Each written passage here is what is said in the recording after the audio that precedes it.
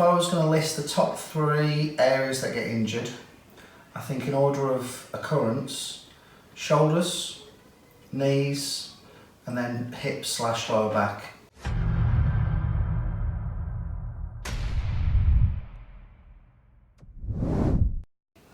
Now when it comes to shoulders, I think a lot of people neglect the importance of the scapula. Now the shoulder joint is a complex joint. It's actually not just one joint.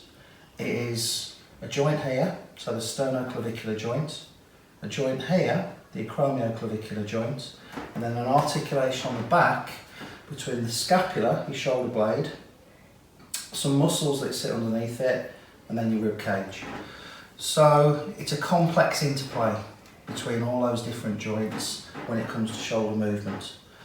Now when you're in the gym, whether you've got shoulder pain or not, I see a lot of guys, and I was in the gym this morning, watched a few people warming up, and the typical shoulder, chest, push, warm up consists of a little bit of this, maybe a little bit of this if they're a bit more forward thinking.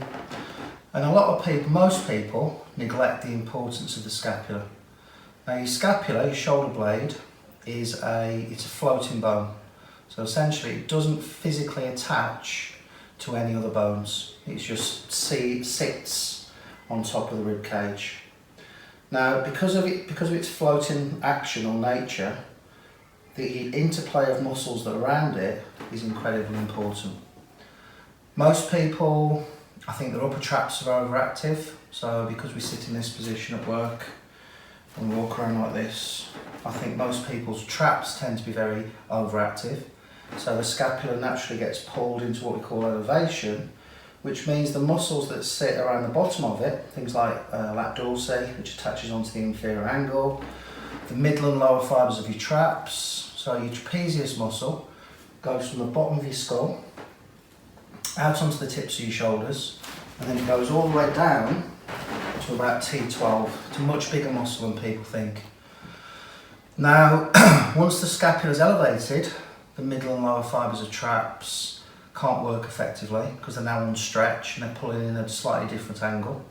And also, a muscle underneath called serratus anterior, that also struggles to activate and contract.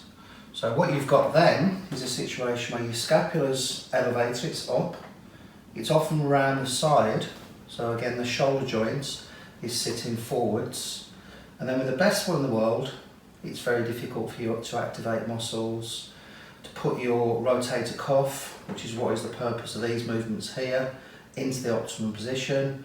And I think as a consequence, that's why people are getting shoulder pain and shoulder problems. So I'm just going to spend a couple of minutes in the next few videos just going through a scapular activation routine, which would form the basis of your warm-ups. So before you train push, you could do these things to get things fired up properly. And if you are experiencing shoulder pain, it might form the first part of your shoulder rehab program. Right, piece number 1, you're in the gym, you've done a little bit of cardio, you've got your core body temperature up, so your muscles are a little bit warmer, a little bit more pliable, a little bit more elastic. Onto a wall, so I'm going to show you a couple of different variations of this first exercise. This is your push-up plus. Now the muscle that we're trying to work, which is a muscle called serratus anterior, sits on the inside of your shoulder blade and then comes all the way underneath your shoulder blade. When you really lean, those fingers that you can see down the side of your rib cage, those are sort of the fibres of serratus anterior attaching onto the rib cage.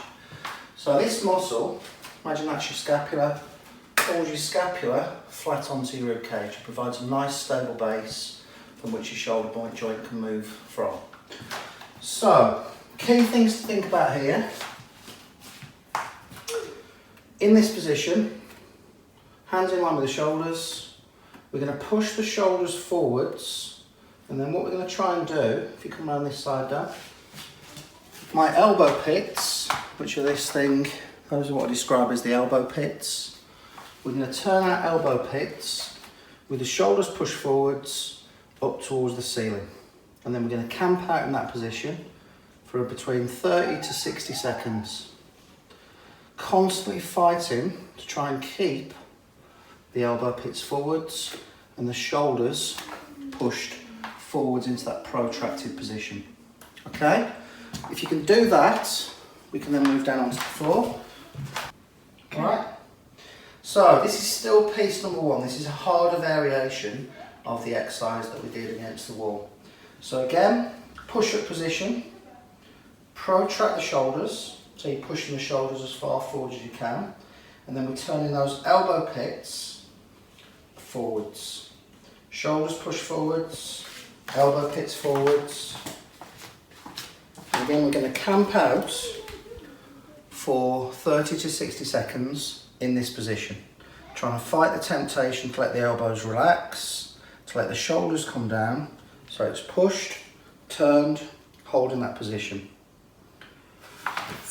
You can then progress that into a full push-up, and then if you're feeling really adventurous and strong, if you get yourself onto the TRX, if your gym has a TRX, a suspension trainer, onto the handles, and then essentially turn your arms into external rotation, and then back to 12 o'clock on the clock face, hands out to about 2 o'clock, hands back in to 12 o'clock. So that's your more advanced variation. Now this isn't about fatiguing the muscles, this is about activating the muscles that support the scapula. So piece number one, push-up plus.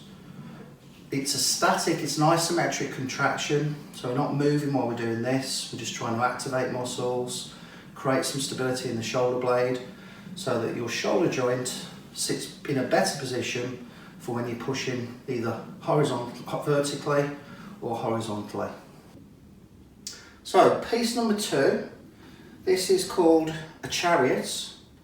Not quite sure why it's called a Chariot, maybe because back in the Roman days we used to do something like that. I've bastardised the patio door. You could use a power rack for this, and a fairly lightish power band. This is, again, isn't about strength, it's about activation.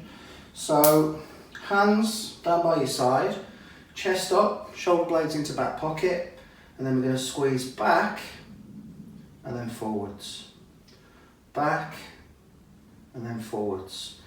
Now because this is about stability, it's not about 6 to 8 reps. We're looking for 12 to 15 reps, a couple of sets, and what we're trying to do there is fire up the middle and the lower fibres of your trapezius muscle in order to create, again, better stability for the shoulder joint. Now once you've done those two things, you can then go on to your rotator cuff exercises. I think rather than using a dumbbell, cables will be better, and rather than just having your arm down by your side, get a towel, roll the towel up into the side of your arm so that your arm's slightly abducted, and then when you're doing your cable work, you're doing that movement, your shoulder joint sits in a better position. Okay, so whether you've got shoulder pain, whether you haven't got shoulder pain but you just want to make sure that you're getting the optimum workout when you're doing push, those two pieces with a little bit of external rotation work with something underneath your arm should improve either your push workout or reduce some of the symptoms from your shoulder pain.